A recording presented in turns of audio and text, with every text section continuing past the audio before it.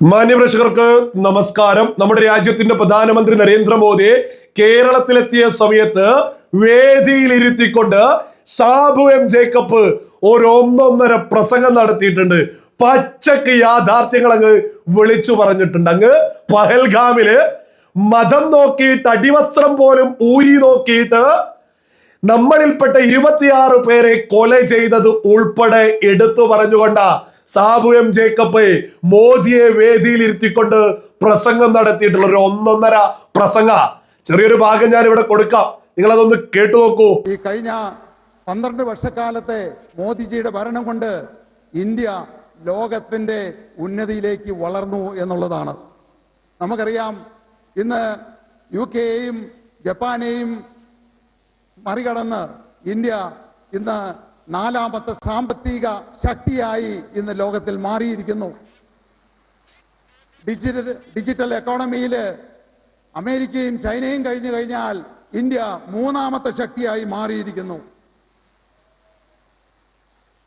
10 വർഷം മുമ്പ് ഞാൻ ഈ ലോകം മുഴുവൻ സഞ്ചരിക്കുമ്പോൾ ഒരു ഇന്ത്യക്കാരൻ എന്ന് പറയുമ്പോൾ ഏതോ ഒരു ദരിദ്ര രാജ്യത്തിൽ നിന്ന് വരുന്ന ഒരാളെ പോലെ തല കുനിച്ച് നിൽക്കേണ്ടതായിട്ട് വന്നിട്ടുണ്ട്.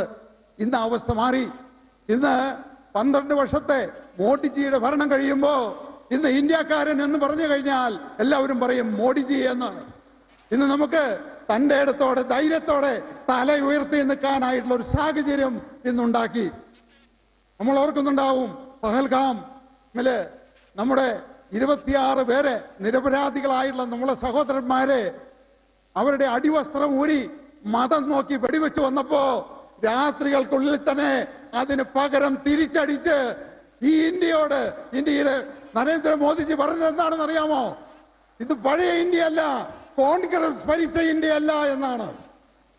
അമേരിക്ക ടാരിഫ് കൊണ്ട് ഇന്ത്യയെ ശ്വാസം മുട്ടിച്ചപ്പോ അതിന് പകരം ചോദിക്കാതെ നിശബ്ദമായിട്ട് നിന്ന് 18 വർഷക്കാലമായിട്ട് പൊടി പിടിച്ചു കിടന്ന യൂറോപ്യൻ യൂണിയന്റെ എഗ്രിമെന്റിൽ കരാറിൽ ഒപ്പുവെച്ച് അമേരിക്കയെ ഇന്ത്യയുടെ മുന്നിൽ മുട്ടുകുത്തിച്ച നരേന്ദ്രമോദിജി പറഞ്ഞത് എന്താണെന്ന് അറിയാമോ? ഈ ലോകത്തില് ഇത് പഴയ ഇന്ത്യ അല്ല, ആരുടെയും മുന്നിൽ മുട്ടമുടക്കുന്ന ഇന്ത്യ അല്ല. നിങ്ങൾ കേട്ടില്ലേ? നമ്മള് ഈ 2020 NDAയുടെ ഭാഗമായ സമയത്ത് തന്നെ വ്യക്തമായിട്ട് നമ്മുടെ ചാനലിലൂടെ വിളിച്ചു പറഞ്ഞതാണ്, വരുന്ന നിയമസഭാ ഇലക്ഷനില് BJP 2 അക്ക സംഖ്യയിലേക്ക് MLA-മാരെത്തും. അതിലൊരു തർക്കവും ആർക്കും തന്നെ വേണ്ട കേട്ടോ എന്ന് വെറുതെ പറഞ്ഞതല്ല. ശക്തമായിട്ടുള്ള ഒരു ലീഡർ തന്നെയാണ് സാബു എം ജേക്കബ്. അദ്ദേഹം മോദിയെ വേദിയിൽ ഇരുത്തിക്കൊണ്ട് പ്രസംഗിച്ചതിന് ചെറിയൊരു ഭാഗം ഞാൻ ഇവിടെ കൊടുത്തത്. അതിൽ തന്നെ എത്രത്തോളം പ്രധാനപ്പെട്ട വിഷയമാണ് അദ്ദേഹം എടുത്തു പറഞ്ഞത്.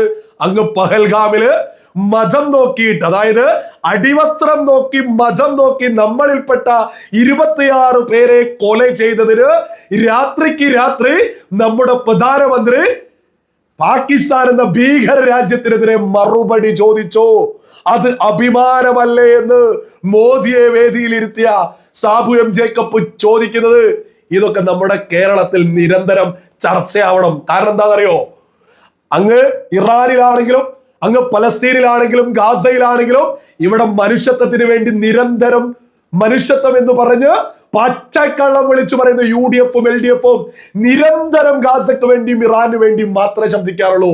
അതേസമയം മതം നോക്കി അടിവസ്ത്രമൂരി മതം നോക്കി നമ്മളിൽപ്പെട്ട 26 പേരെ കൊല ചെയ്തതിന്റെ മനുഷ്യത്വത്തെ കുറിച്ച് പറയുന്നത്, നമ്മളിൽപ്പെട്ട 26 പേർക്ക് നമ്മുടെ കേരളത്തിലെ UDF-ഓ LDF-ഓ ഇന്നേ വരെ ഒരക്ഷരം മിണ്ടുന്നത് നിങ്ങൾ ആരെങ്കിലും കേട്ടിട്ടുണ്ടോ? നമ്മൾ നിയമസഭാ ഇലക്ഷന്റെ പടിവാതിൽക്കല ദിവസങ്ങൾ മാത്രമേ ഉള്ളൂ. നമ്മുടെ കേരളം ഭരിക്കുന്ന കേരള സർക്കാർ പഹൽഗാം കാണുന്നില്ല. അതേസമയം നമ്മളിൽപ്പെട്ട 10,000-കണക്കിന് ആളുകളുള്ള ഇസ്രായേൽ തമ്മാടി രാജ്യമാണ് എന്ന് 24 മണിക്കൂറും ഇവിടെയുള്ള പിണറായി സർക്കാർ വിളിച്ചു പറയാറില്ലേ? അതേ നിലപാട് തന്നെയല്ലേ UDF-നും? ഇതൊക്കെ സകല ബോധമുള്ള മലയാളികളും ചിന്തിക്കേണ്ടതാ. ആ സമയത്താണ് ഇവിടെ 3ാം മുന്നണിയായിട്ടുള്ള NDAയുടെ കേരളത്തിലെ പ്രസക്തി എന്നുള്ളത് മലയാളികൾ തിരിച്ചറിയണോ? എത്ര സുന്ദരമായിട്ടാണ് നമ്മുടെ മണ്ണിനെ കുറിച്ച് നമ്മളിൽപ്പെട്ട 26 പേർക്ക് വേണ്ടിയിട്ട് സാബു എം ജേക്കബ് സംസാരിക്കുന്നത്? അതിൻ്റെ ഒപ്പമല്ലേ മതഭേദമന്യേ സകല മലയാളികളും ഒരുമിച്ച് നിൽക്കേണ്ടത്? നമ്മളിൽപ്പെട്ടവര് കഴിഞ്ഞിട്ടല്ലേ ഇറാനും പലസ്തീനും ഗാസയൊക്കെ വരുന്നുള്ളൂ? ഇതൊക്കെ ഓരോ മലയാളിയും ചിന്തിക്കേണ്ടതാ. നരേന്ദ്രമോദി രാജ്യത്ത് ചെയ്യുന്ന വികസനങ്ങള്, നരേന്ദ്രമോദി രാജ്യത്ത് ഭീകരതയ്ക്കെതിരെ എടുക്കുന്ന നിലപാട്, ഇതൊക്കെ തന്നെ നമ്മുടെ കേരളത്തിലെ മലയാളികളിലേക്ക് നിരന്തരം എത്തിക്കഴിഞ്ഞാൽ തന്നെ നമ്മുടെ കേരളത്തിൽ വലിയ മാറ്റം ഉണ്ടാവും. നമ്മുടെ കേരളത്തിലെ പ്രമുഖ മാധ്യമങ്ങള് നരേന്ദ്രമോദി സർക്കാർ ചെയ്യുന്ന സകലതിനെയും മാറ്റിവെക്കുക. അതിനെക്കുറിച്ചൊരു വാർത്തയും കൊടുക്കൂല. എത്ര സുന്ദരമായിട്ടാണ് സാബു എം ജേക്കബ് പറഞ്ഞത്. കഴിഞ്ഞ 2014 മുമ്പ് വരെ ലോകം മൊത്തം സഞ്ചരിക്കുന്ന സമയത്തെ ഒരു വിലയുമില്ലായിരുന്നു ഇന്ത്യക്കാരൻ എന്ന് പറഞ്ഞാൽ. എന്നാൽ അത് മാറി മോദിയുടെ ഇന്ത്യയിൽ നിന്ന് വന്നതല്ലേ എന്ന ബഹുമാനം ഇന്ന് ലോകം മൊത്തം ലഭിക്കുന്നുണ്ട് എന്ന് പറയുന്നത് ഒരു വ്യവസായി കൂടിയാ. ഇതൊക്കെ സകല മലയാളികളും അഭിമാനത്തോടു കൂടി തിരിച്ചറിയേണ്ടതാ. ലോക പോലീസ് ചമയുന്ന അമേരിക്ക നമ്മുടെ രാജ്യത്തിനെതിരെ തീരുവ പ്രഖ്യാപിച്ച സമയത്ത് ലോകം കണ്ടത് നരേന്ദ്രമോദിയുടെ ഒരു മഹാ അത്ഭുതല്ലേ. 27 രാജ്യങ്ങളുള്ള യൂറോപ്യൻ യൂണിയനുമായിട്ട് നമ്മൾ ലോകത്തിലെ തന്നെ ഏറ്റവും വലിയൊരു വ്യാപാര കരാറിൽ ഒപ്പുവെച്ചില്ലേ. അമേരിക്കയെ മാറ്റിവെച്ചുകൊണ്ട് ഇത് കണ്ട് വെപ്രാളം വന്ന് ഈ പറയുന്ന അമേരിക്ക തീരുവയൊക്കെ വെട്ടിക്കുറച്ചതൊക്കെ നമ്മുടെ കൺമുന്നിൽ നമ്മൾ കണ്ടതല്ലേ. ഇതിന്റെ ഒന്നും മഹത്വം നരേന്ദ്രമോദിക്ക് കൊടുത്തുകൊണ്ട് നമ്മുടെ കേരളത്തിലെ ഓരോ പ്രമുഖ മാധ്യമങ്ങളും ചർച്ചയില്ല. മറിച്ച് ആ മോദിക്കെതിരെ പറയാ എന്നല്ലാതെ മോദി ചെയ്തിട്ടുള്ള സത്യസന്ധമായ കാര്യം പോലും അദ്ദേഹത്തിന് വേണ്ടിയിട്ടൊരു ഒരക്ഷരം നമ്മുടെ കേരളത്തിലെ പ്രമുഖ മാധ്യമങ്ങൾ കൊണ്ടൂല. അതായത് കേരളത്തിൽ ഇവിടെ ഒരു മാറ്റം വരാൻ പോകുന്നു എന്ന് നമ്മളൊക്കെ നിരന്തരം പറയുന്നത് മറ്റൊന്നും കൊണ്ടല്ല. നരേന്ദ്രമോദി ഇന്ന് രാജ്യത്ത് ചെയ്യുന്ന കാര്യങ്ങള് നമ്മളെപ്പോലെയുള്ള ഓൺലൈൻ മീഡിയാസ് നിരന്തരം സാധാരണക്കാരിലേക്ക് എത്തിച്ചുകൊണ്ടിരിക്കുക. ഇത് മലയാളികൾ വലിയ രീതിയിൽ ചർച്ചയായിക്കൊണ്ടിരിക്കുന്നുണ്ട്. വലിയ രീതിയിൽ നമ്മളൊക്കെ തന്നെ ഏതൊരു വിഷയം ഇവിടെ മുന്നോട്ട് വെക്കുമ്പോഴും തെളിവുകൾ സഹിതമാണ് സംസാരിക്കാറുള്ളത്. നരേന്ദ്രമോദി ഉണ്ടെങ്കിലേ നമ്മുടെ രാജ്യത്ത് സമാധാനം ഉണ്ടാവൂ എന്ന് AP അബൂബക്കർ മുസ്ലിയാർ പോലും പ്രഖ്യാപിക്കുന്ന തരത്തിലേക്ക് നമ്മുടെ രാജ്യത്തൊരു മാറ്റം വന്നു. കേരളത്തിൽ പോലും മാറ്റം വന്നു. ഇത് സകല മലയാളികൾ മനസ്സിലാക്കേണ്ടതാ. നമ്മുടെ കേരളത്തിൽ വലിയൊരു മാറ്റം തന്നെയാണ് സംഭവിക്കാൻ പോകുന്നത്. ഈ വരുന്ന നിയമസഭാ ഇലക്ഷനുമായി ബന്ധപ്പെട്ട് സാബു എം ജേക്കബ് വരുന്നതോട് കൂടിയിട്ട് മറ്റൊരു വലിയ മാറ്റമുണ്ട്. ക്രിസ്ത്യൻ സമൂഹവുമായി ബന്ധപ്പെട്ട് വലിയ രീതിയിൽ നരേന്ദ്രമോദിയിലേക്ക് അടുക്കുന്നുണ്ട്. ഇത് വെറുതെ അടുക്കുന്നതല്ല.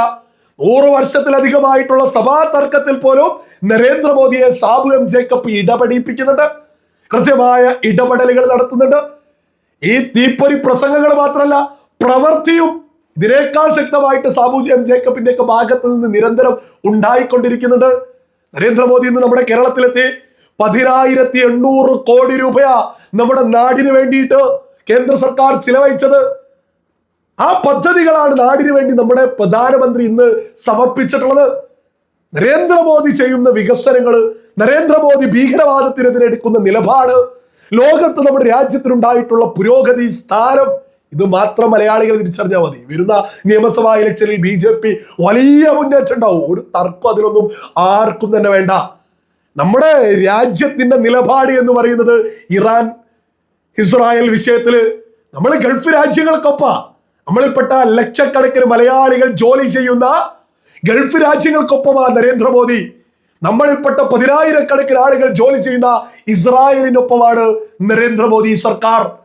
നമ്മുടെ രാജ്യത്തെ പ്രത്യേകിച്ച് കേരളത്തിലെ മലയാളികൾക്കൊപ്പമാ നരേന്ദ്രമോദി സർക്കാർ. ഇതൊക്കെ മലയാളികൾ തിരിച്ചറിയല്ലേ. ഇതൊക്കെ തിരിച്ചറിയുന്നതോട് കൂടിയിട്ട് ഇവിടെയുള്ള UDF-നെയും LDF-നെയൊക്കെ എടുത്ത് ആറ്റിലേക്കറിയില്ലേ വിവേകമുള്ള ജനത. ഇവിടെ ഇപ്പോഴും ഇസ്രായേലിലെ തമ്മാടി രാജ്യം, ഇറാൻ എന്തോ സംഭവം, ഇതൊക്കെ UDF-ഉം LDF-ഉം എടുക്കുന്ന നിലപാടാ. ഇതൊക്കെ വരുന്ന നിയമസഭാ ഇലക്ഷനിലൊക്കെ വരുന്ന UDF-നെയും LDF-നെയൊക്കെ ബോധമുള്ള, വിവരമുള്ള, വിവേകമുള്ള സകല മലയാളികളും UDF-നെയും LDF-നെയൊക്കെ എടുത്ത് ആറ്റിലറിയുമെന്നുള്ളതിൽ ഒരു തർക്കവും ആർക്കും തന്നെ വേണ്ട.